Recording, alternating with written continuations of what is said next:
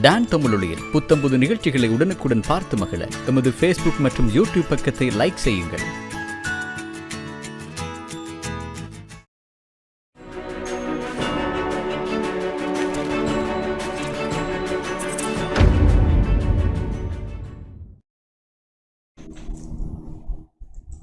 வணக்கம் நேயர்களே, மற்றும் ஒரு ஞாயிறு காலை பொழுதில் இன்றைய பத்திரிகைகள் பகுதியூடாக சந்திப்பதில் மகிழ்ச்சி. 15ஆம் தேதி 5ஆம் மாதம் 2022 இன்றைய தினம் யாழ்குடா நாட்டிலிருந்து வெளியாகி இருக்கின்ற 4 பத்திரிகைகளினுடைய செய்திகளை நாங்கள் இந்த மணி நேரத்தில் பார்க்க இருக்கிறோம். இன்றும் அனுசரணை வழங்குகிறார்கள் நெஸ்டமோல்ட்டினுடைய அனுசரணையில் இனி வருகின்ற ஒரு மணி நேரம் நாங்கள் பத்திரிகை செய்திகளை பார்க்கலாம். முதலில் ஒவ்வொரு பத்திரிகைகளினுடைய இன்றைய பிரதான தலைப்புச் செய்திகளை பார்த்துவிட்டு விரிவான செய்திகளுக்கு செல்லலாம். வலம்புரி பத்திரிகை முதலில் எடுத்துக்கொண்டால் அதனுடைய பிரதான தலைப்புச் செய்தியாக முள்ளிவாய்க்காலில் படையினர் குவிப்பு, நினைவேந்தலை தடுக்க சதி என்ற தலைப்போடு இன்றைய வலம்புரி பத்திரிகையினுடைய பிரதான தலைப்புச் செய்தி காணப்படுகிறது. அதே போல ஈழநாடு பத்திரிகை இன்று வாரமலராக வெளியாகி இருக்கிறது, ஞாயிற்றுக்கிழமை என்ற அடிப்படையிலே ஈழநாடு பத்திரிகையினுடைய பிரதான தலைப்புச் செய்தியை நாங்கள் பார்க்கும்போது, ரணிலின் சட்ட சீரமைப்பு குழுவுக்கு தலைமை தாங்க சுமந்திரன் சம்மதம், அரசின் சிறந்த செயற்பாடுகளுக்கும் ஆதரவாம் என்ற தலைப்போடு இன்றைய ஈழநாடு பத்திரிகையினுடைய பிரதான தலைப்புச் செய்தி இருக்கிறது. அதே போல உதயன் பத்திரிகையினுடைய பிரதான தலைப்புச் செய்தியை பார்க்கும்போது, முள்ளிவாய்க்கால் முற்றத்தில் படைத்தரப்பு கெடுபிடி என்ற தலைப்போடு இன்றைய உதயன் பத்திரிகையினுடைய பிரதான தலைப்புச் செய்தி இருக்கிறது. வலம்புரி பத்திரிகையினுடைய அதே தலைப்புச் செய்தி தான். அதே போல தினக்குரல் பத்திரிகையினுடைய பிரதான தலைப்புச் செய்தியாக மே 18 முள்ளிவாய்க்காலில் கூடி நிம்மதியாக அஞ்சலிக்க விடுங்கள், செய்த பாவங்களே நாட்டை சீரழிக்கிறது என பிரதமருக்கு கடிதம் என்று சொல்லி CVK சிவஞானம் அவர்களுடைய புகைப்படத்தோடு அந்த செய்தி இருப்பதை நாங்கள் அவதானிக்கக்கூடியதாக இருக்கிறது.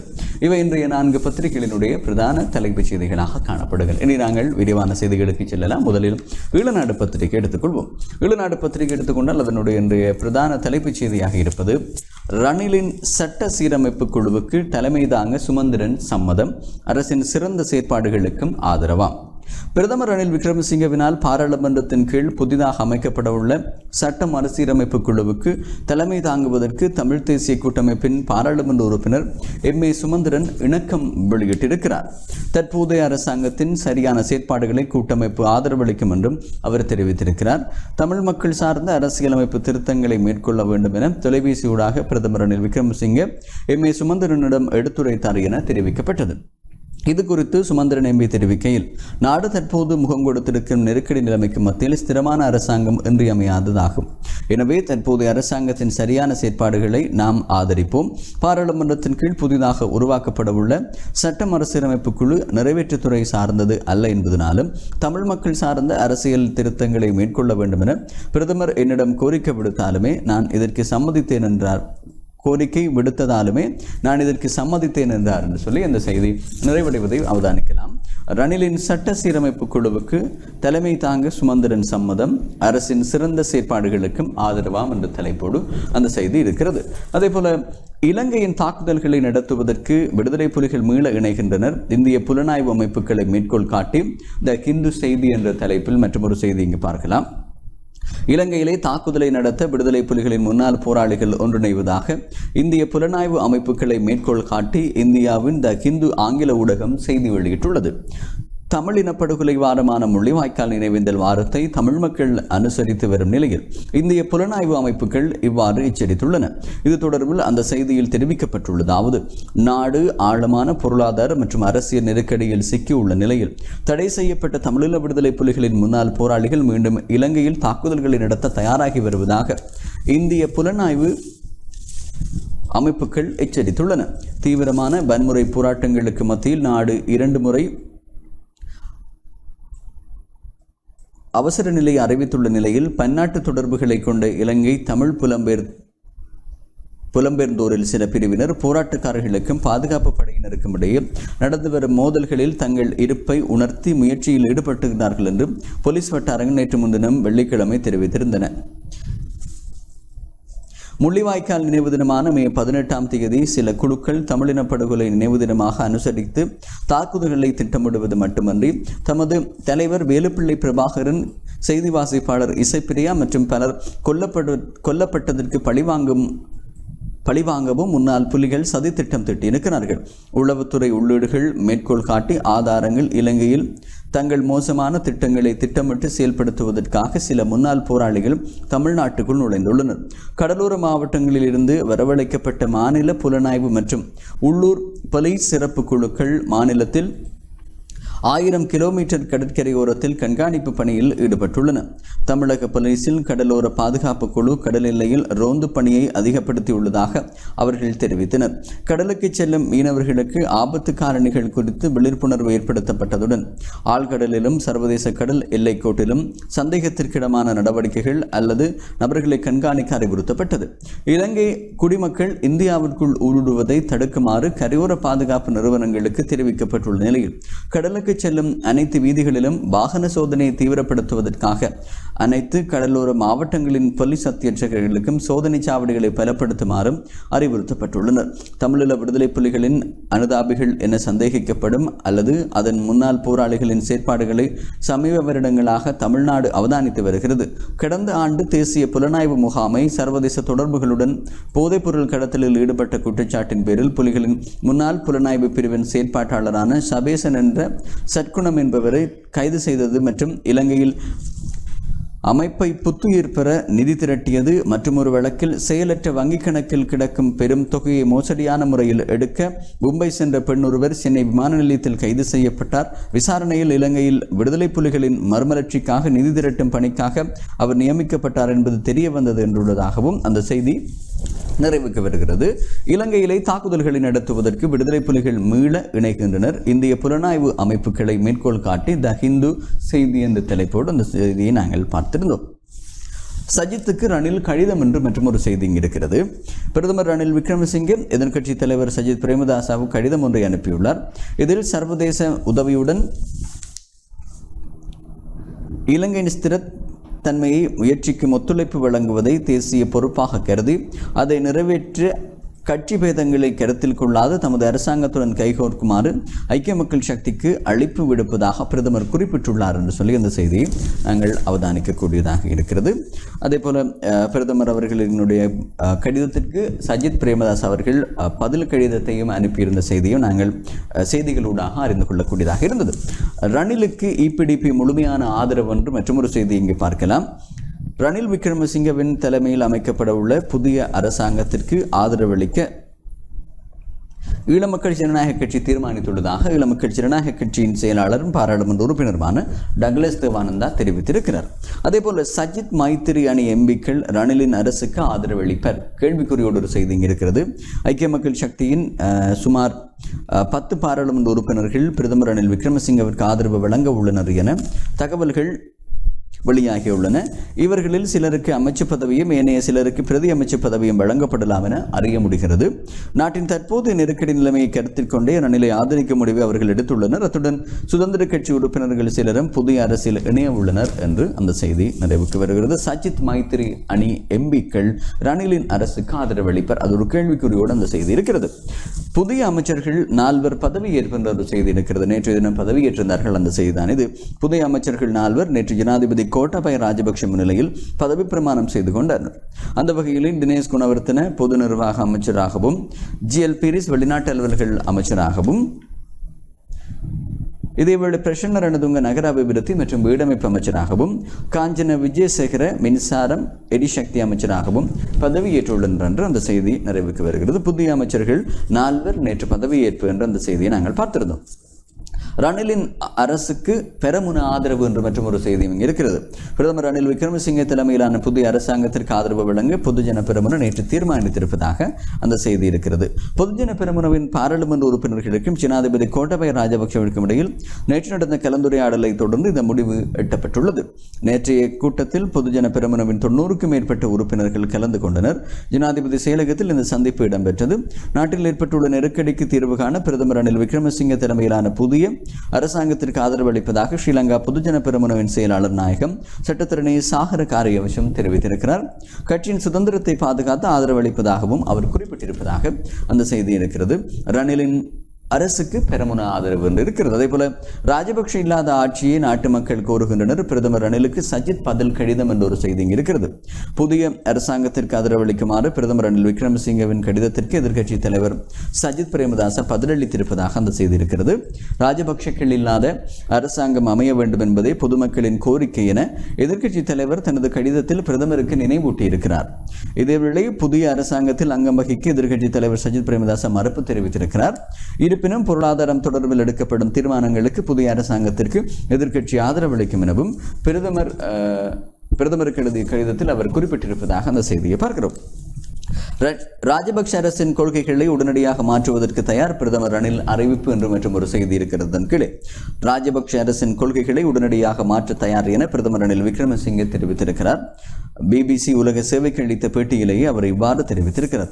அவர் தொடர்ந்து தெரிவிக்கையில், நாட்டில் பஞ்சம் இருக்காது, பொருளாதார நிலைமையை தீவிரத்தை முதலில் நாம் பார்க்க வேண்டும், அது பற்றிய முழுமையான கணக்கு யாரிடமும் இல்லை. முதல் முறையாக ஒரு மருத்துவ நோயாளிக்கு அறுவை சிகிச்சை செய்வது போல் உள்ளது. எங்களுக்கு பிரச்சனைகள் இருப்பதாக எனக்கு தெரியும். எனக்கு தெரியும். சர்வதேச நாணய நிதியத்துடன் தொடர்பு கொள்ள வேண்டும். இந்த ஆண்டு பணம் திரட்ட வேண்டும். எங்களுக்கு உதவும், நிதி உதவி செய்யவும் எங்கள் நட்பு நாடுகளுடன் நான் பேச்சுவார்த்தை நடத்தி வருகிறேன். மேலும் வெளிநாட்டு முதலீட்டுகளுக்கு சரியான சூழலை உருவாக்க வேண்டும் என்றார் என்று அந்த செய்தி நிறைவுக்கு வருவதை அவதானிக்கக்கூடியதாக இருக்கிறது. ராஜபக்ஷ அரசின் கொள்கைகளை உடனடியாக மாற்றுவதற்கு தயார் பிரதமர் அறிவிப்பு என்ற ஒரு செய்தி இருக்கிறது. முள்ளிவாய்க்கால் நினைவுக்கு போலீசார் இடையூறு செய்யாமல் இருக்க உதவுங்கள் பிரதமருக்கு CVK சிவஞானம் கடிதம். முள்ளிவாய்க்கால் படுகொலை நினைவஞ்சலி மற்றும் பிரார்த்தனை நிகழ்வுகளில் தலையிடாதிருப்பதற்காக பணிப்புகளை முல்லைத்தீவு போலீசாருக்கு வழங்குமாறு கோரி பிரதமர் ரணில் விக்ரமசிங்கவிற்கு வடக்கு மாகாண அவைத் தலைவர் CVK சிவஞானம் கோரிக்கை விடுத்திருக்கிறார். இந்த கோரிக்கையை வலியுறுத்தி கடிதம் ஒன்றை பிரதமருக்கு சிவஞானம் அனுப்பி வைத்துள்ளார். அந்த கடிதத்தில் தெரிவிக்கப்பட்டுள்ளதாவது: ஒவ்வொரு ஆண்டும் மே மாதம் 18ஆம் நாளில் முல்லைத்தீவு மாவட்டத்தில் உள்ள முள்ளிவாய்க்கால் ஆயுதப்படையினரால் கொடூரமாக படுகொலை செய்யப்பட்ட தமிழ் மக்களை கூட்டாக நினைவு கூர்ந்து அஞ்சலி செய்வது தாங்கள் நன்றாக அறிந்தது. இந்துக்கள் மற்றும் பௌத்தர்கள் என்ற வகையில் வன்முறையால் கொல்லப்பட்ட ஆன்மாக்களின் சாபம் பற்றி நாம் அறிவோம். இந்த நாட்டை இந்த ஆன்மாக்களின் சாபம் சுற்றி அச்சுறுத்தலை ஏற்படுத்தி வருவது தெளிவானது. கர்ம வினையின் தாக்கங்களை இந்த நாட்டை தாக்குகின்றது என்பது தெளிவு. இந்த ஆன்மாக்களை நினைவு கூர்ந்து பிரார்த்தனை செய்வதனால் அவை அமைதி பெறுகின்றன என்பது எமது சமய நம்பிக்கையாகும்.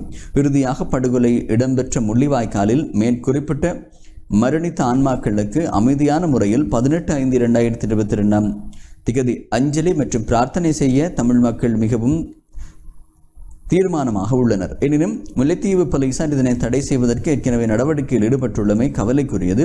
இது மிகவும் துரதிர்ஷ்டவசமானது.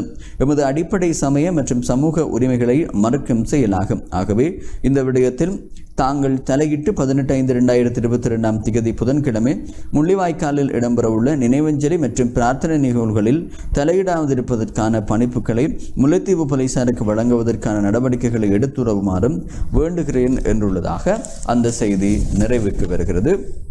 முள்ளிவாய்க்கால் நினைவுக்கு போலீசார் இடையூறு செய்யாமல் இருக்க உதவுங்கள் பிரதமருக்கு CVK சிவஞானம் கடிதம் இருக்கிறது. அந்த செய்தி, அந்த கடிதத்தில் குறிப்பிட்டப்பட்ட விடயங்களையும் நாங்கள் அவதானித்திருந்தோம்.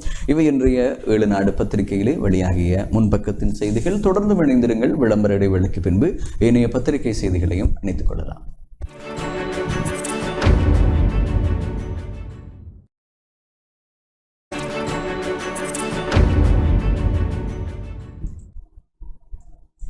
விளம்பர இடைவெளிக்கு பின்பு தொடர்கிறது இன்றைய பத்திரிகைகளில். அடுத்து நாங்கள் தினக்குரல் பத்திரிகையினுடைய செய்திகளை பார்க்கலாம்.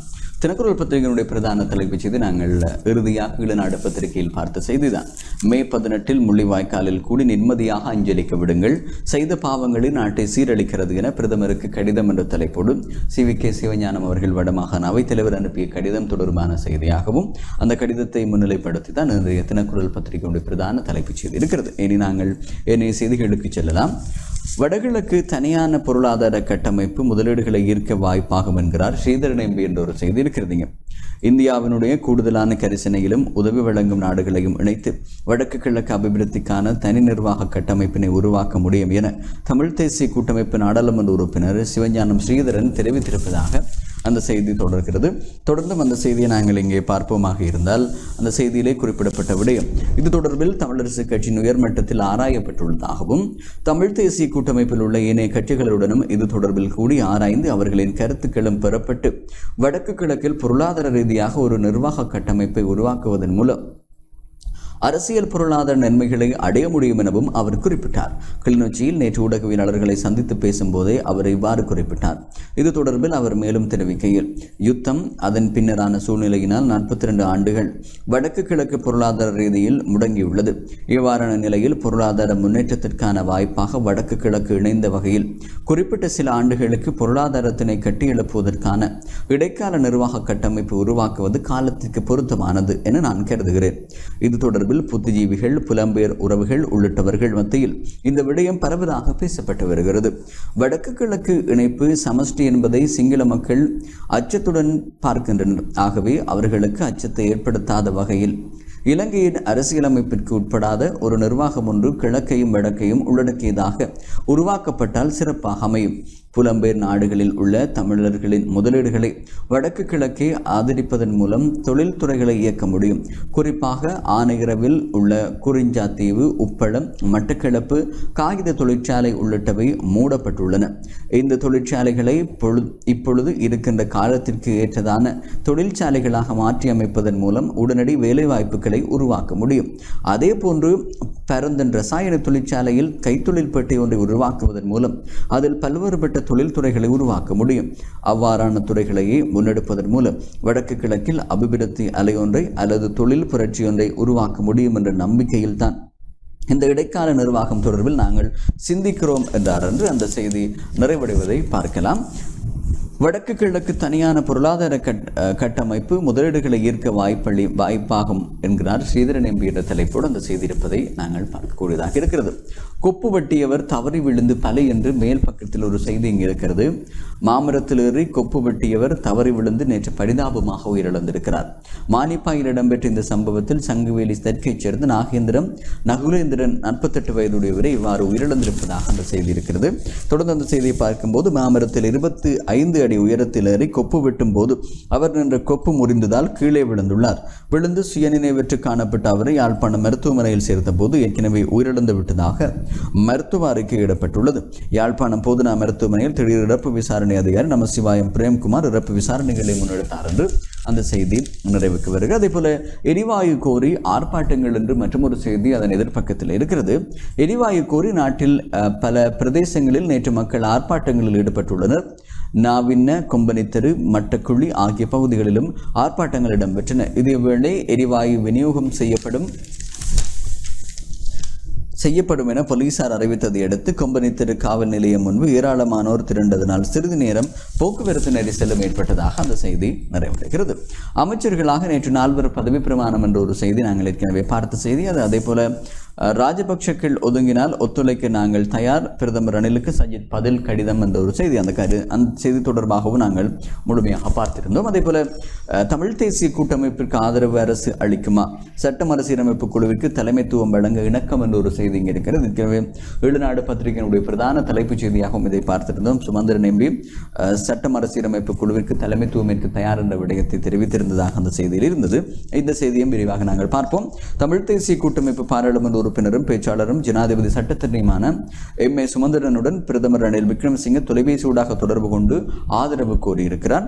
அரசாங்கத்திற்கு ஆதரவு வழங்குவீர்களா என பிரதமர் இதன் போது கேட்டதாகவும், மக்கள் நலன் சார்ந்த மற்றும் பொருளாதாரத்தை கட்டியெழுப்புவதற்காக அரசாங்கம் எடுக்கும் தீர்மானங்களுக்கு ஆதரவு வழங்குவதாக இதன் போது தெரிவித்ததாகவும் சுமந்திரன் கூறியிருக்கிறார். அத்துடன் தான் அமைக்க உள்ள சட்ட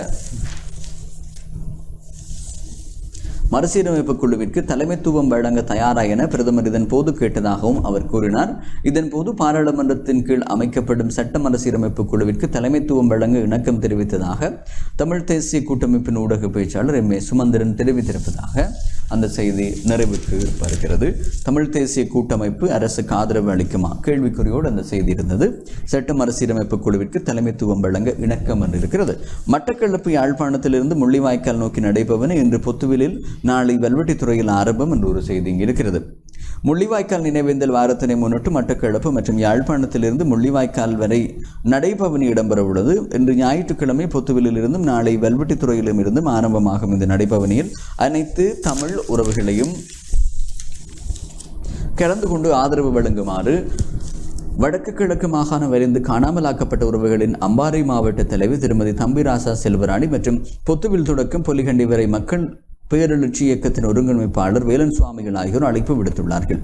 பொத்துவில் தொடக்கம் முள்ளிவாய்க்கால் வரையான நடைபவனிக்கு 8 மாவட்டத்தைச் சேர்ந்த வலிந்து காணாமலாக்கப்பட்ட உறவுகளுடன் பாதிரியார்கள், அரசு சார்பற்ற நிறுவனங்கள், அரசியல்வாதிகள், பாராளுமன்ற உறுப்பினர்கள், பல்கலைக்கழக மாணவர்கள், மீனவ சங்கங்கள், முச்சக்கர வண்டி சங்கங்கள், ஊடகவியலாளர்கள், மாணவர்கள், அனைத்து பொதுமக்களும் எங்களுடன் இணைந்து கொள்ளுமாறு அழைக்கிறோம் என மட்டு ஊடக அமையத்தில் நேற்று செய்தியாளர்களை சந்தித்த வடகிழக்கு மாகாண வலிந்து காணாமல் உறவுகளின் அம்பாறை மாவட்ட தலைவி திருமதி தம்பிராசா செல்வராணி அழைப்பு விடுத்தார்.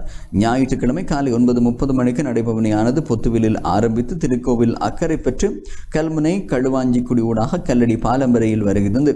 அன்றைய தினம் முள்ளிவாய்க்கால் கஞ்சி கல்லடி பாலத்தில் விநியோகிக்கப்பட்டு 16ஆம் தேதி திங்கட்கிழமை திருகோணமலை நோக்கி பயணம் அமையும். 17ஆம் தேதி திருகோணமலையிலிருந்து முல்லைத்தீவினை சென்றடைந்து 18ஆம் தேதி முல்லைத்தீவிலிருந்து முள்ளிவாய்க்காலுக்கு சென்று அங்கு உயிர் நீத்த படுகொலை செய்யப்பட்ட உறவுகளின் நினைவு தினம் அனுஷ்டிக்கப்பட்டு நினைவேந்தல் வாரம் முடிவுக்கு கொண்டு வரப்படும் என அவர் கூறினார். இதேவேளை யாழ்ப்பாணம் வல்வெட்டித்துறையில் இருந்து நாளை திங்கட்கிழமை ஆரம்பமாகும் நடைபவனி தென்மராட்சி, பரந்தன், பூனகிரி, வெள்ளாம்குளம், மாங்குளம் ஊடாக முள்ளிவாய்க்காலை அடையும்.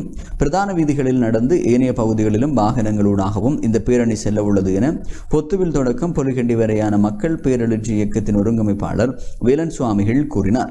வலிந்து காணாமலாக்கப்பட்ட உறவுகளின் சங்கம், பொத்துவில் தொடக்கம் பொலிகண்டி வரை மக்கள் பேரெழுச்சி இயக்கம் மற்றும் பொது அமைப்புகள், சிவில் சமூகங்கள் போன்ற அமைப்புகள் இணைந்து பேரணியை மேற்கொள்ள உள்ளன. இப்பேரணியில் அரசியல் தரப்புகள், பல்கலைக்கழக மாணவர்கள், விவசாயிகள், இளைஞர்கள், பெண்கள், மாணவர்கள், மீனவ சங்கங்கள், போக்குவரத்து அமைப்புகள் அனைவரையும் பங்கேற்குமாறும் வேலன் சுவாமிகள் அழைப்பு விடுத்திருப்பதாக அந்த செய்தி நிறைவுக்கு வருகிறது. மட்டக்களப்பு, யாழ்ப்பாணத்திலிருந்து முள்ளிவாய்க்கால் நோக்கி நடைபவனி இன்று பொத்துவிலில், நாளை வல்வெட்டித்துறையில் ஆரம்பம் என்றிருக்கிறது அந்த செய்தி. இலங்கை மீதான தாக்குதல்களுக்கு இந்தியாவில் தயாராகும் புலிகள், புதுக்கதை விடும் இந்திய உளவுத்துறை என்ற ஒரு செய்தி இங்கு இருப்பதை பார்க்கக்கூடியதாக இருக்கு. ஏற்கனவே நாங்கள் இந்த செய்தியை பார்த்திருந்தோம்.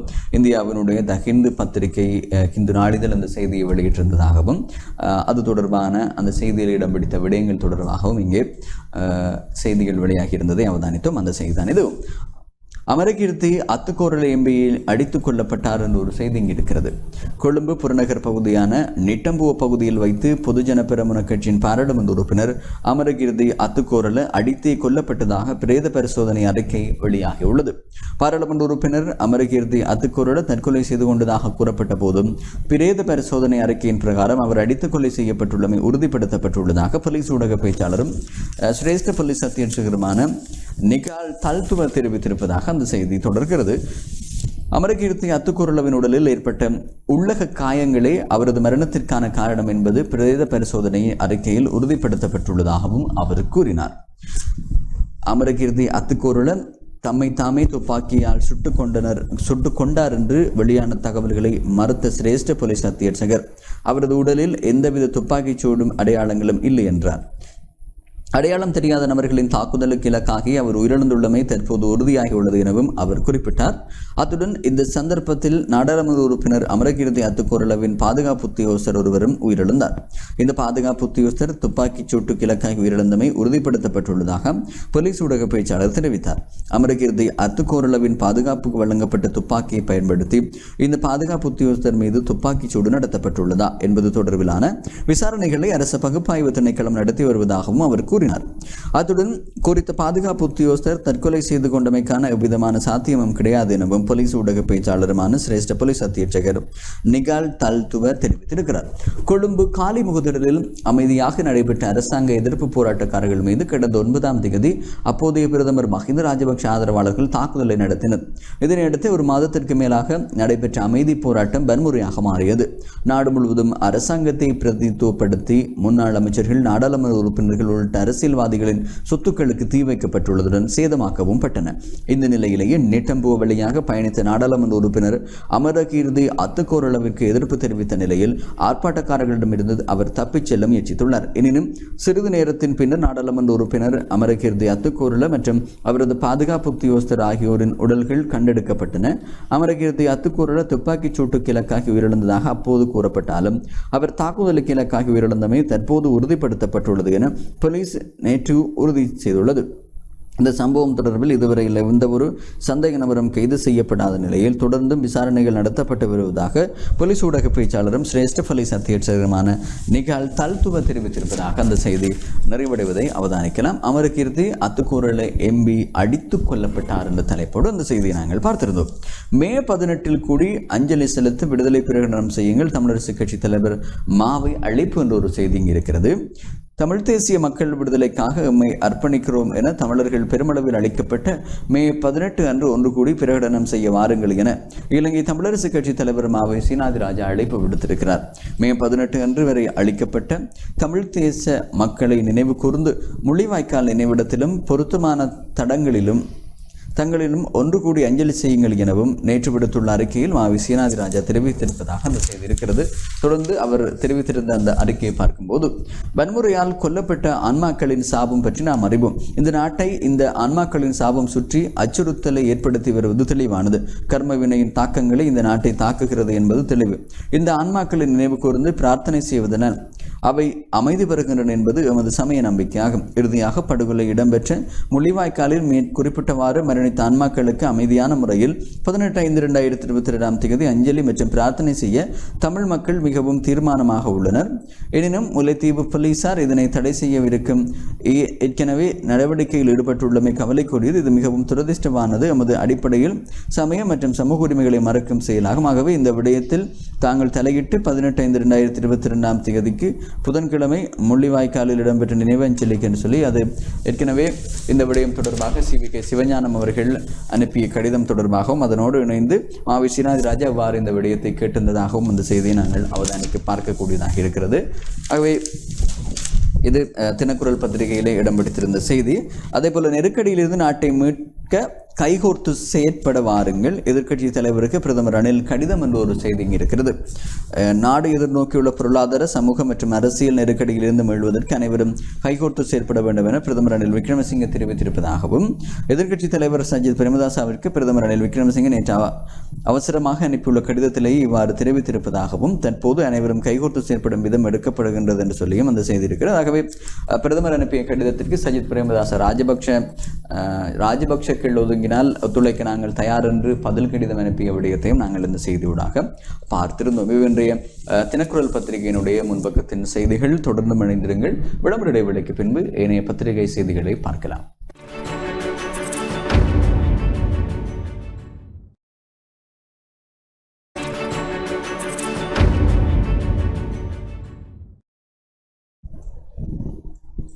விளம்பர இடைவேளைக்கு பின்பு தொடர்கிறது இன்றைய பத்திரிகைகளில். அடுத்து நாங்கள் உதயன் பத்திரிகையினுடைய செய்திகளை பார்க்கலாம்.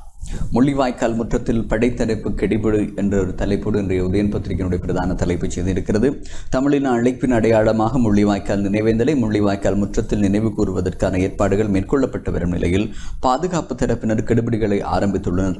செய்தி சேகரிப்பை சென்ற ஊடகவியலாளர்களுக்கு இடையூறு விளைவித்ததுடன் அங்கு இராணுவ காவலரன் அமைத்து கண்காணிக்கும் நடவடிக்கையும் ஆரம்பித்துள்ளனர் என்ற அந்த செய்தி தொடர்கிறது.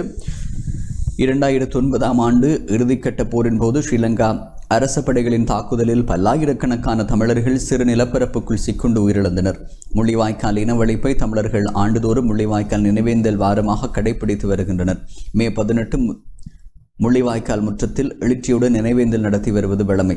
கடந்த காலங்களிலும் பாதுகாப்பு தரப்பினர் பல்வேறு கெடுபிடிகளையும் தாண்டி முள்ளிவாய்க்கால் நினைவேந்தலை கடைபிடிக்கப்பட்டது. அதேபோன்று இந்த ஆண்டும் பாதுகாப்பு தரப்பு எத்தகைய கெடுபிடிகளை எத்தகைய வடிவத்தில் விதித்தாலும் அதை உடைத்தெறிந்து உணர்வுபூர்வமாக முள்ளிவாய்க்கால் நினைவேந்தலை கடைபிடிக்குவோம் என்று பொது அமைப்புகள் உறுதிபட தெரிவித்துள்ளன என்ற செய்தி நிறைவுக்கு வருகிறது. பிரதான தலைப்புச் செய்தி அது முள்ளிவாய்க்கால் முற்றத்தில் படைத்தரப்பு கெடுபிடி என்ற தலைப்போடு இருக்கிறது. அதே போல மேல் பக்கத்திலே பெருமுன இபிடிபிற்கு ரணில் ஆதரவு என்கின்ற ஒரு செய்தி, இபிடிபி ரணிலுக்கு ஆதரவு என்ற ஒரு செய்தி இருக்கிறது. நேற்றைய தினம் முன்னாள் அமைச்சர் டக்ளஸ் தேவானந்தா அவர்களும் அதே போன்று ஸ்ரீலங்கா பொதுஜன பெரமுன கூட்டத்திலும் ரணில் அரசுக்கு ஆதரவு அளிப்பதாக தீர்மானிக்கப்பட்டிருந்தது. அந்த செய்தி தான் இது. ஏனைய பத்திரிகைகளும் நாங்கள் அந்த செய்தியை பார்த்திருந்தோம். இனப்படுகொலையை நினைவேந்தி யாழ் பல்கலைக்கழக மாணவருக்கு புலனாய்வு பிரிவு மிரட்டல் என்ற ஒரு செய்தி இங்கே இருக்கிறது. இனப்படுகொலையை நினைவேந்திய யாழ் பல்கலை மாணவருக்கு புலனாய்வு பிரிவு மிரட்டல் என்று இருக்கிறது. யாழ்ப்பாண பல்கலைக்கழகத்தில் முள்ளிவாய்க்கால் இனப்படுகொலை நினைவேந்தல் வாரத்தை கடைபிடித்த மாணவர்கள் சிலருக்கு இராணுவ புலனாய்வு பிரிவைச் சேர்ந்தவர்கள் என்று தம்மை அறிமுகப்படுத்திக் கொள்பவரால் மிரட்டல் விடுக்கப்பட்டுள்ளது. உளரீதியாக அவர்களை அச்சுறுத்தும் இந்த நடவடிக்கை தொடர்பில் இலங்கை மனித உரிமைகள் ஆணைக்குழுவில் முறையிடுவதற்கு மாணவர்கள் தயாராகி வருகிறார்கள். யாழ்ப்பாண பல்கலைக்கழகத்தில் அமைந்துள்ள முள்ளிவாய்க்கால் நினைவு தூபியில் கடந்த 12ஆம் தேதி நினைவேந்தல் இடம்பெறவிருந்தது. இதில் பல்கலைக்கழக மாணவர்கள் பங்கேற்றிருந்தனர். அவ்வாறு கலந்து கொண்ட மாணவர்களது தொலைபேசி இலக்கங்களுக்கு 07613141936 என்ற தொலைபேசி இலக்கத்தில் இருந்து வாட்ஸ்அப் ஊடாக மிரட்டல் அழைப்பு விடுக்கப்பட்டுள்ளது. ஒவ்வொரு மாணவரதும் புகைப்படமும் வாட்ஸ்அப்பிட்டு அவர்களது விவரங்கள் வாட்ஸ்அப் ஊடாக அனுப்பி வைக்கப்பட்டுள்ளன. இந்த இலக்கத்தில் இருந்து தொடர்பு கொண்டு இராணுவ புலனாய்வு பிரிவைச் சேர்ந்தவர்கள் என்று கூறும் ஒருவர் மாணவர்களை அச்சுறுத்தியுள்ளார். மாணவர்களை உளவியல் ரீதியாக அச்சுறுத்தும் இந்த நடவடிக்கை தொடர்பில் இலங்கை மனித உரிமைகள் ஆணைக்குழுவில் முறையிட நடவடிக்கை எடுக்கப்பட்டிருப்பதாகவும் அந்த செய்தி நிறைவுக்கு வருகிறது. இனப்படுகொலையை நினைவேந்திய யாழ் பல்கலை மாணவருக்கு புலனாய்வு பிரிவு மிரட்டல் என்ற தலைப்போடு அந்த செய்தியை பார்த்திருந்தோம். வவுனியாவில் முளைத்தது இராணுவ சோதனை சாவடி. A9 வீதியில் கொக்குவெளி பகுதியில் புதிய இராணுவ சோதனை சாவடி ஒன்று நேற்று அமைக்கப்பட்டிருப்பதாக அந்த செய்தி இருக்கிறது. விரிவாக அந்த செய்தியை நாங்கள் இங்கே பார்க்கலாம். அந்த செய்தியிலே அங்கு அமைந்துள்ள இராணுவ முகாமுக்கு முன்பாக இந்த சோதனை சாவடி நிறுவப்பட்டுள்ளது. வவுனியாவில் ஏற்கனவே ஓமந்தை, நெடுங்கணி, பம்பைமடு, ஈரப்பெரியகுளம் பகுதிகளில் இராணுவ சோதனை சாவடிகள் அமைக்கப்பட்டு சோதனை நடவடிக்கைகள் முன்னெடுக்கப்பட்டு வருகின்றன என்று செய்தி அவதானிக்கக்கூடியதாக இருந்தது. வவுனியாவில் முளைத்தது இராணுவ சோதனை சாவடி என தலைப்பிலே அந்த செய்தி இருக்கிறது. கட்டமிடப்பட்ட செய்தி ஒன்று அதன் கீழே வடக்கு கிழக்கில் இருந்து முள்ளிவாய்க்காலுக்கு பேரணி என்ற ஒரு செய்தி இங்கே இருக்கிறது. ஏற்கனவே நாங்கள் இந்த செய்தி தொடர்பாக விரிவாக பார்த்திருந்தோம். இன்றைய தினம் மட்டக்களப்பிலிருந்து முள்ளிவாய்க்கால் நோக்கி பேரணி ஆரம்பிக்கின்றது. காணாமல் போன வடகிழக்கு இணைந்த சங்கத்தினுடைய தலைவி நேற்றைய ஊடகவியலாளர் சந்திப்பில் இந்த விடயத்திற்கான அழைப்பை விடுத்திருந்தார். அதே போல நாளைய தினம் வல்வெட்டித்துறையிலிருந்து முள்ளிவாய்க்காலுக்கான பேரணி இங்கே பொத்துவில் தொடக்கம் பொலிகண்டி வரை பேரெழுச்சி இயக்கத்தினுடைய இணைப்பாளரில் ஒருவரான வேலன் சுவாமிகள் அவர்கள் நேற்றைய ஊடகவியலாளர் சந்திப்பில் தெரிவித்திருந்தார். ஆகவே வடக்கிலிருந்து வல்வெட்டித்துறையிலிருந்து முள்ளிவாய்க்காலுக்கும், கிழக்கில் பொத்துவிலில் இருந்து முள்ளிவாய்க்காலுக்குமான நடைபவனி இன்று கிழக்கிலும் நாளை வடக்கிலிருந்தும் ஆரம்பமாகின்ற செய்தி தான் அந்த செய்தி. விரிவாக நாங்கள் முதலில் பார்த்திருந்தோம் அந்த செய்தியை. அதே போல முள்ளிவாய்க்கால் நினைவேந்தலுக்கு இடையூறுகளை ஏற்படுத்த வேண்டாம், பிரதமர் ரணிலுக்கு CVK கடிதம் என்ற ஒரு செய்தி. அந்த கடிதம் தொடர்பான செய்திகளை நாங்கள் விரிவாக பார்த்திருந்தோம். அதேபோல முள்ளிவாய்க்கால் நினைவு நாளில் தேச விடுதலையை பிரகடனம் செய்வோம், மாவை அறைகூவல் என்ற ஒரு செய்தி இங்கே இருக்கிறது. இதை விரிவாக பார்க்கலாம். இனப்படுகொலை அரங்கேறிய முள்ளிவாய்க்கால் நினைவு நாளில் தமிழ் தேசத்தின் விடுதலையை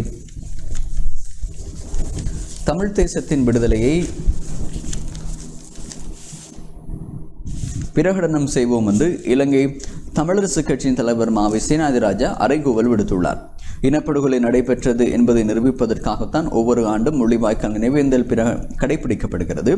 இனப்படுகொலையை பிரதிபலித்து நிற்கும் முள்ளிவாய்க்கால் நினைவேந்தலும் இலங்கையின் இனப்பிரச்சினைக்கு தீர்வை எட்டுவதற்கு பலமானதாக இருக்கும் என்று நம்புகிறோம்.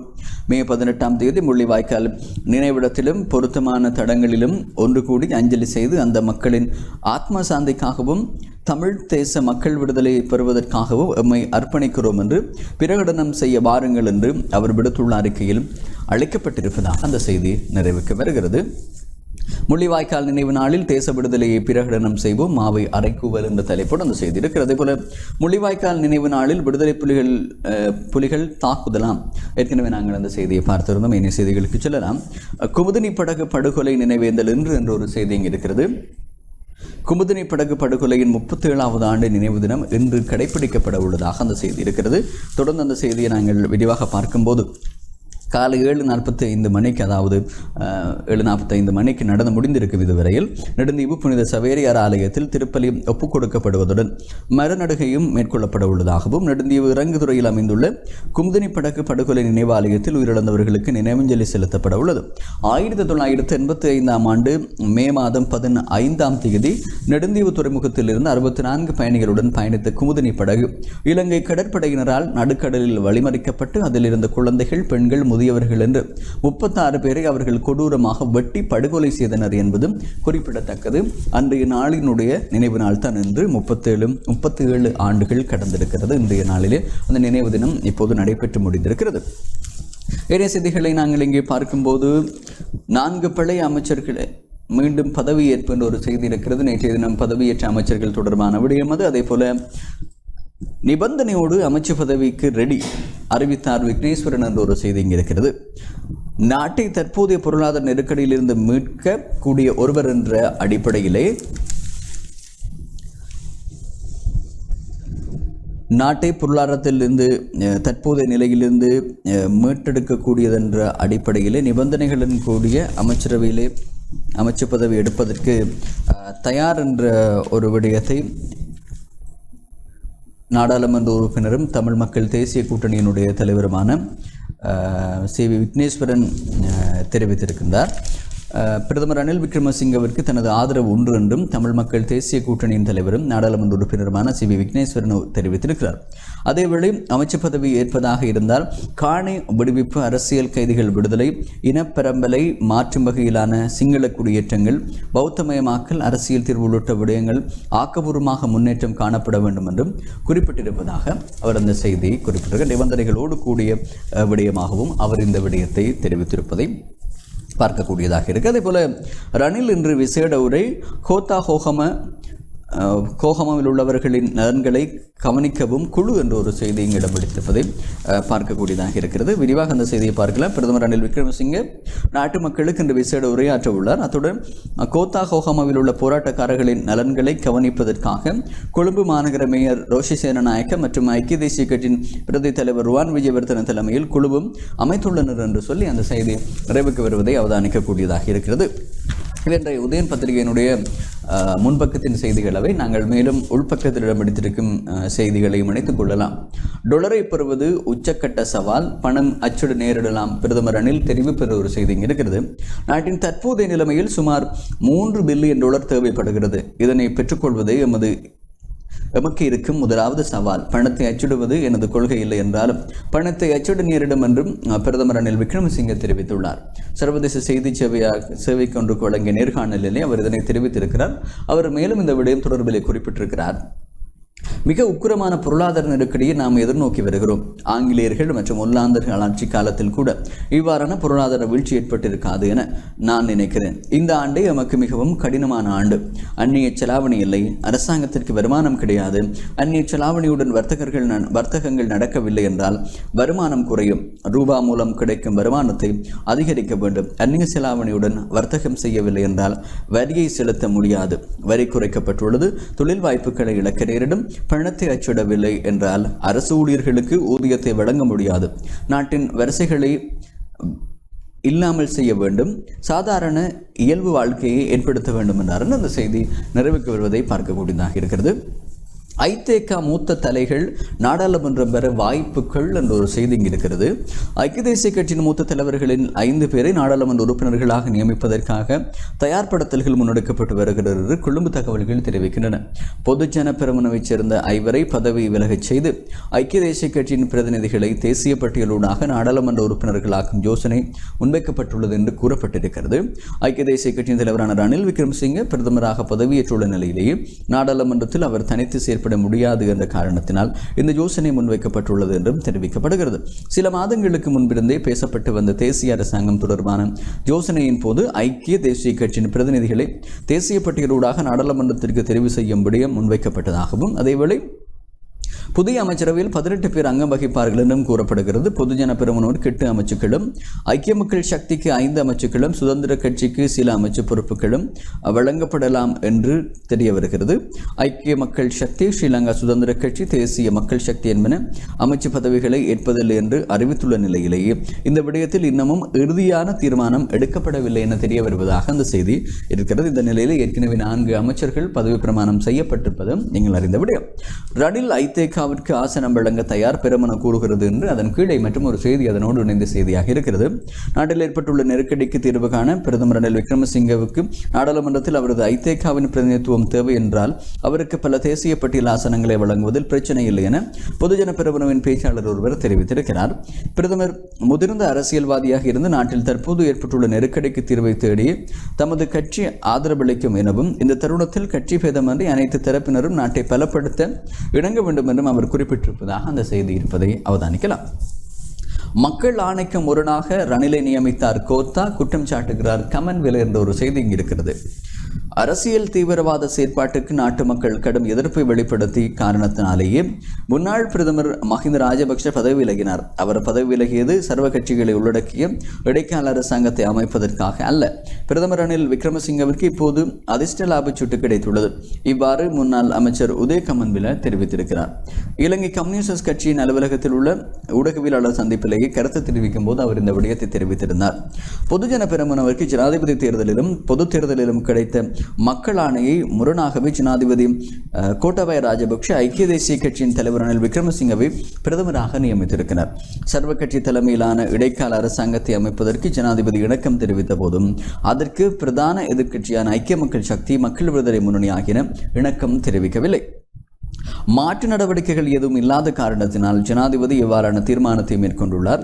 சமூக கட்டமைப்பில் தற்போது தோற்றம் பெற்றுள்ள சகல பிரச்சனைகளுக்கும் முன்னாள் பிரதமர் ரணில் மஹிந்த ராஜபக்ஷ அவரது தரப்பினருமே பொறுப்பு கூற வேண்டும். பிரதமர் ரணில் விக்ரமசிங்க தலைமையிலான அரசாங்கத்தை நெருக்கடிக்கு உள்ளாக்கும் நோக்கம் எமக்கு கிடையாது. அவர் தலைமையிலான அரசாங்கத்தில் எவ்வித அமைச்சு பதவிகளையும் பொறுப்பேற்கப் போவதும் இல்லை. நாட்டுக்கு நன்மை கருதி நன்மை பயக்கும் தீர்மானங்களுக்கு மாத்திரம் முழுமையான ஒத்துழைப்பு வழங்குவோம் என்றார் என்று அந்த செய்தியிடம் பிடித்திருப்பதை அவதானிக்கக்கூடியதாக இருக்கிறது. அதே போல ராஜபக்ஷக்களின் பிரதிநிதியே ரணில் ராதாகிருஷ்ணன் சாட்டை என்ற ஒரு செய்தி இங்கு இருக்கிறது. புதிய பிரதமர் ரணில் விக்ரமசிங்கே ராஜபக்ஷக்களின் பிரதிநிதியாகவே செயற்படுகின்றார். எனவே அவருக்கு ஆதரவு வழங்க முடியாது என்று மலையக மக்கள் முன்னணி தெரிவித்திருக்கிறது. இது தொடர்பில் அதன் தலைவர் நாடாளுமன்ற உறுப்பினர் வி ராதாகிருஷ்ணன் தெரிவிக்கையில், ரணில் 5 தடவைகள் பிரதமரை பதவியை வகித்தவர். 6வது தடவையாகவும் பிரதமர் பதவி ஏற்றுள்ளார். எனினும் எந்த ஒரு முறையும் தனது பதவி காலத்தை அவர் முழுமையாக பூர்த்தி செய்தது கிடையாது. கடந்த தேர்தலிலும் கொழும்பு மாவட்டத்தில் போட்டியிட்ட ரணில் விக்ரமசிங்கவினால் 20,000 வாக்குகளை கூட பெற முடியாமல் போனது. தேசிய பட்டியலூடாகவே நாடாளுமன்றம் வந்தார். அவருக்கு மக்கள் ஆணை இல்லை. ராஜபக்ஷக்களுடன் ரணில் இணைந்துள்ளார். மொட்டு கட்சியே ஆட்சிதான் வரப்போகிறது. ராஜபக்ஷ போய் ரணில் வந்துள்ளார். இதுதான் ஏற்பட்டுள்ள மாற்றம். இதனை மக்கள் ஏற்க மாட்டார்கள். நாடாளுமன்றம் கூடும்போது ரணிலுக்கு பெரும்பான்மை உள்ளதா என்பது தெரியவர். புதிய அரசில் இணைய மாட்டோம், அமைச்சு பதவிகளை ஏற்க மாட்டோம், எதிரணியில் இருந்து செயற்படுவோம், ஜனாதிபதி பதவி விலக வேண்டும் என்பதில் உறுதியாக உள்ளோம் என்றார் என்று அந்த செய்தி நிறைவடைகிறது. மஹிந்தவை கைது செய்க இலங்கை ஆசிரியர் சேவை சங்கம் கோரிக்கை என்ற ஒரு செய்தி இருக்கிறது. இங்கே காலிமுகத்திடலில் கடந்த திங்கட்கிழமை அமைதி போராட்டத்தில் ஈடுபட்ட இளைஞர்கள் மீது தாக்குதல் நடத்திய முன்னாள் பிரதமர் மஹிந்த ராஜபக்ஷ மற்றும் சந்தேக நபர்களை கைது செய்ய வேண்டும் என்று இலங்கை ஆசிரியர் சேவை சங்கம் ஜனாதிபதி மற்றும் போலீஸ் மாதிபரிடம் கோரிக்கை விடுத்திருப்பதாக அந்த செய்தி இருக்கிறது. அதே போல நீண்ட தூர ரயில் சேவை ஆரம்பம் என்று மற்றொரு செய்தி இங்கு இருப்பதை பார்க்கலாம். நீண்ட தூர ரயில் சேவைகள் நேற்று முதல் மீள ஆரம்பிக்கப்பட்டுள்ளதாக ரயில்வே திணைக்களம் அறிவித்திருக்கிறது. அதன்படி கல்கிசே, காங்கேசந்துறை, கொழும்பு, கோட்டை, பதுளை மற்றும் மருதானை, பெலியத் ஆகிய மார்க்கங்களில் ரயில் சேவைகள் மீள ஆரம்பிக்கப்பட்டுள்ளன. மேலதிக தகவல்களை 1971 என்ற இலக்கத்திற்கு அழைத்து பெறலாம் எனவும் ரயில்வே திணைக்களம் தெரிவித்திருப்பதாக அந்த செய்தியை பார்க்கிறோம். அதே போல ஏனைய செய்திகளை நாங்கள் இங்கே பார்க்கும்போது அமரகீர்த்தி அதுக்கோரல் அடித்தே கொல்லப்பட்டார், உடற்கூட்டு பரிசோதனை தகவல். இந்த செய்தியை நாங்கள் ஏற்கனவே ஒரு பத்திரிகையில் முன்பக்கத்தின் செய்திகளாக விரிவாக பார்த்திருந்தோம். அதே போல சென்ட் பீட்டர் தேவாலயத்தில் கொல்லப்பட்ட ஒரு கஞ்சலி என்ற ஒரு செய்தி இருக்கிறது. முள்ளிவாய்க்கால் இனப்படுகொலை வாரத்தின் 3ஆம் நாள் நினைவேந்தலான நேற்று நவாலி சென்ட் பீட்டர்ஸ் தேவாலயத்தில் கொல்லப்பட்ட ஒரு அஞ்சலி செலுத்தப்பட்டிருப்பதாக உள்பக்கத்திலே புகைப்படத்துடன் அஞ்சலி செலுத்தப்பட்ட நபர்களினுடைய புகைப்படத்தோடு செய்தி இருப்பதை பார்க்கக்கூடியதாக இருக்கிறது. 1995ஆம் ஆண்டு ஜூலை மாதம் 9ஆம் தேதி போர்க்காலத்தின் போது நவாலி செம்பிட்டஸ் தேவாலயத்தில் ஏராளமான பொதுமக்கள் தஞ்சமடைந்திருந்தனர்.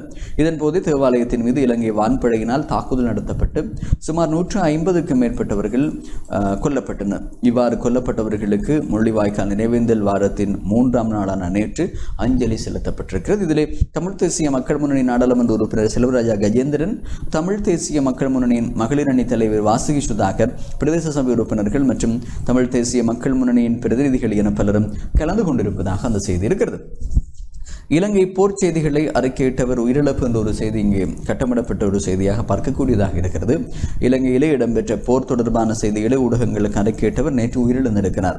ஆஸ்திரேலியாவின் சிட்னிக்கான இலங்கைக்கான துணை தூதுவராக கடமையாற்றிய லக்ஷ்மண் குலுகல்லவே உயிரிழந்திருப்பதாக அந்த செய்தியில் நாங்கள் அவதானிக்கக்கூடியதாக இருக்கிறது. தற்போது அமைக்கப்பட்டிருப்பது இடைக்கால அரசாங்கம் அல்ல, இது கோத்தார் அணில் அரசாங்கம் என சிங்கள தேசிய ஒன்றியம் சுட்டிக்காட்டு என்ற ஒரு செய்தி இங்கு இருக்கிறது. நாட்டில் தற்போது அமைக்கப்பட்டிருப்பது தேசிய அரசாங்கமோ அல்லது இடைக்கால அரசாங்கமோ அல்ல, இது கோத்தார் அணில் அரசாங்கம் என்று சிங்கள தேசிய அமைப்புகள் ஒன்றியத்தின் ஒருங்கிணைப்பாளர் கலாநிதி குணதாச அமரசேகர தெரிவித்திருக்கிறார். புதிய பிரதமரின் தலைமையில் அமைக்கப்பட்டுள்ள அரசாங்கம் தொடர்பில் ஊடகவியலாளர் எழுப்பிய கேள்விக்கு பதிலளிக்கும் போதே அவர் இந்த விடயத்தை குறிப்பிட்டிருப்பதாக அந்த செய்தி இருக்கிறது. 244 கைதிகளுக்கு பொது மன்னிப்பு என்று மற்றொரு செய்தி ஒன்றை அவதானிக்கலாம். வைசாக் தினத்தை முன்னிட்டு ஜனாதிபதிக்கு வழங்கப்பட்டுள்ள அதிகாரங்களுக்கு அமைவாக 244 சிறை கைதிகளுக்கு பொது மன்னிப்பு வழங்கப்படும் என்று சிறைச்சாலைகளின் பேச்சாளரும் சிறைச்சாலைகள் ஆணையாளருமான சந்தன ஏகநாயக்க தெரிவித்திருக்கிறார். தண்டம் செலுத்த தவறியமைக்கான சிறை தண்டனை அனுபவிப்பவர்கள் 40 ஆண்டுகள் அல்லது அதற்கு மேல் சிறை தண்டனை விதிக்கப்பட்டவர்கள் இவ்வாறு விடுவிக்கப்படுவார்கள் என்றும் அவர் தெரிவித்திருப்பதாக அந்த செய்தி இருக்கிறது. இலங்கைக்கு வருவோருக்கு பிரிட்டன் எச்சரிக்கை என்ற ஒரு செய்தி இங்கே இருக்கிறது. தற்போது அரசியல் மற்றும் பொருளாதார ஸ்திரமை காரணமாக இலங்கைக்கான அனாவசிய பயணங்களை தவிர்த்துக் கொள்ள வேண்டும் என்று பிரிட்டனின் வெளிநாட்டு பொதுநலவாய மற்றும் அபிவிருத்தி அலுவலகம் குறிப்பிட்டுள்ளது. இலங்கையிலே அவசர கால நிலை பிரகடனப்படுத்தப்பட்டுள்ளது. நாடாளாவிய ரீதியிலே ஊரடங்கு சட்டம் நடைமுறைப்படுத்தப்பட்டுள்ளது. கொழும்பில் மே 9 வன்முறைகள் உட்பட பல சம்பவங்கள் இடம்பெற்றன. நீங்கள் இந்த நேரத்தில் இலங்கையில் இருந்தால் அல்லது பயணத்தை திட்டமிட்டால் நீங்கள் உள்ளூர் அதிகாரிகளின் ஆலோசனையை பெற வேண்டும் என்றும் பிரிட்டன் வெளிநாட்டு பொதுநலவாய மற்றும் அபிவிருத்தி அலுவலர்கள் அறிவுறுத்தி இருப்பதாக அந்த செய்தியை நாங்கள் பார்க்கிறோம். அதேபோல பிரச்சனைக்கு தீர்வு காணவே பிரதமர் பதவியேற்றார் ரணில் அகிலவராஜ் தெரிவிப்பு என்ற ஒரு செய்தி இங்கே இருக்கிறது. ரணில் விக்ரமசிங்கே பிரதமர் பதவியேற்றது நாட்டின் நிலவும் பிரச்சனைகளுக்கு தீர்வு காண்பதற்காகவே என ஐக்கிய தேசிய கட்சியின் பிரதி தலைவர் அகிலவராஜ் காரியவசம் தெரிவித்திருக்கிறார். நேற்று நடத்திய செய்தியாளர் சந்திப்பிலே அவர் இந்த விடயத்தை குறிப்பிட்டு, அதே போல ரஞ்சன் ராமநாயக்க விரைவில் விடுதலை என்று கேள்விக்குறியோடு ஒரு செய்தி இங்கே இருக்கிறது. சிறையில் உள்ள ரஞ்சன் ராமநாயக்காவை விடுதலை செய்வது தொடர்பாக ஆலோசிக்கப்பட்டு வருகிறது என்று ஐக்கிய தேசிய கட்சியின் பிரதி தலைவர் அகிலவராஜ் காரியவசம் இதன் போது தெரிவித்திருக்கிறார். கட்சியின் தலைமையகமான ஸ்ரீகோத்தாவில் நடைபெற்ற ஊடகவியலாளர் சந்திப்பில் கருத்து தெரிவிக்கும் போதே அவர் இவ்வாறு தெரிவித்திருக்கிறார். ரஞ்சன் ராமநாயக்காவை விட அதிகமான தவறு செய்பவர்கள் விடுதலை செய்யப்பட்டுள்ளனர் என்றும் ரஞ்சன் ராமநாயக்க விடுதலை செய்ய வேண்டும் என்ற கோரிக்கை மிகவும் நியாயமானது என்றும் காரியவசம் தெரிவித்திருப்பதாக அந்த செய்தி இடம்பெற்றிருப்பதை அவதானிக்கக்கூடியதாக இருக்கிறது. பொருளாதார மீட்சிக்கு நியூசிலாந்து $5 லட்சம் என்கின்ற ஒரு செய்தி இருக்கிறது.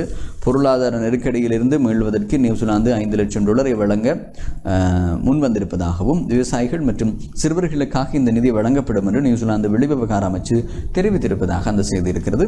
உலக உணவு திட்டம் மற்றும் ஐக்கிய நாடுகளின் உணவு மற்றும் விவசாய அமைப்பு ஆகியவற்றின் ஊடாகவே இலங்கைக்கு இந்த நிதி உதவி வழங்கப்படும். அதேவேளை இலங்கைக்கும் நியூசிலாந்துக்கும் இடையிலாக 30 வருட ஒத்துழைப்பு மேலும் பலப்படுத்தப்படும். இந்த 30 வருட காலத்திற்குள் நியூசிலாந்து இலங்கைக்கு $25.07 மில்லியன் நியூசிலாந்து டாலரை அபிவிருத்தி திட்டங்களுக்காக உதவியாக வழங்கியுள்ளது என்று நியூசிலாந்து வெளிவிவகார அமைச்சர் நைனா தனது ட்விட்டரில் பதிவிட்டிருப்பதாக அந்த செய்தி இருக்கிறது. இவை இன்றைய உதயன் பத்திரிகையினுடைய முன்பக்கத்திலும் உள்பக்கத்திலும் இடம் பிடித்திருந்த செய்திகளாக பார்த்திருந்தோம். விளம்பரி பத்திரிகையினுடைய செய்திகளை மேலோட்டமாக பார்ப்பமாக இருந்தால் புதிய அமைச்சர்கள் 4 பதவியேற்பு என்ற ஒரு செய்தி இருக்கிறது. அதே போல முள்ளிவாய்க்காலில் படையினர் குவிப்பு என்ற ஒரு செய்தி இருக்கிறது. நினைவேந்தலை தடுக்க சதி என்ற ஒரு செய்தியும் ஏனைய செய்திகள் இங்கு நாங்கள் பார்த்த செய்திகளாகத்தான் அதிகமாக இருக்கிறது. பிரதமர் ரணில் தலைமையிலான அரசுக்கு நீதியரசர் விக்னேஸ்வரன் ஆதரவு என்ற ஒரு செய்தி வடிவாக பார்த்திருந்தோம். கோட்டா ஹோகம போராட்ட களத்தை பராமரிக்க குழு ரணில் அதிரடி என்ற ஒரு செய்தி இருக்கிறது. கொழும்பு மாநகர முதல்வர் ரோசிசேன நாயக்கா உட்பட சில குழுக்களை அமைத்திருப்பதான அந்த செய்தி இருக்கிறது. அதேபோல் ஊரடங்கு சட்டம் 5 மணிக்கு தளர்ந்து 6 மணிக்கு அமல் என்ற ஒரு செய்தி இருக்குது. அதை மாத்திரம் பார்த்துவிட்டு இன்றைய பத்திரிகை பகுதி நிறைவுக்கு கொண்டு வரலாம். நாடு முழுவதும் பிறப்பிக்கப்பட்டுள்ள ஊரடங்கு உத்தரவு இன்று காலை 5 மணிக்கு தளர்த்தப்பட்டு மீண்டும் மாலை 6 மணிக்கு நடைமுறைப்படுத்தப்பட உள்ளது. ஜனாதிபதியினுடைய ஊடக பிரிவு இதனை தெரிவித்திருப்பதாக அந்த செய்தி இருப்பதை நாங்கள் அவதானிக்கக்கூடியதாக இருக்கிறது. இதோடு நாங்கள் இன்றைய பத்திரிகைகள் பகுதியின் நிறைவுக்கு கொண்டு வரலாம். யாழ்குடா நாட்டில் இருந்து வெளியாகிய வலம்புரி, உதயன், தினக்குரல் மற்றும் ஈழநாட்டு பத்திரிகையினுடைய செய்திகளை பார்த்திருந்தோம். மீண்டும் நாளைய தினம் காலை 7:30 மணி தொடக்கம் 8:30 மணி வரை இன்றைய பத்திரிகை பகுதிகளோடு இணைந்திருங்கள். இன்றும் அனுசரணை வழங்கியிருந்தார்கள் நெஸ்டமோல்ட். தொழில்நுட்பத்தில் உதவி ஜோனிஸ்டனுக்கு நன்றி கூறி மற்றும் ஒரு நிகழ்ச்சியில் சந்திப்போம். வணக்கம் நேயர்களே.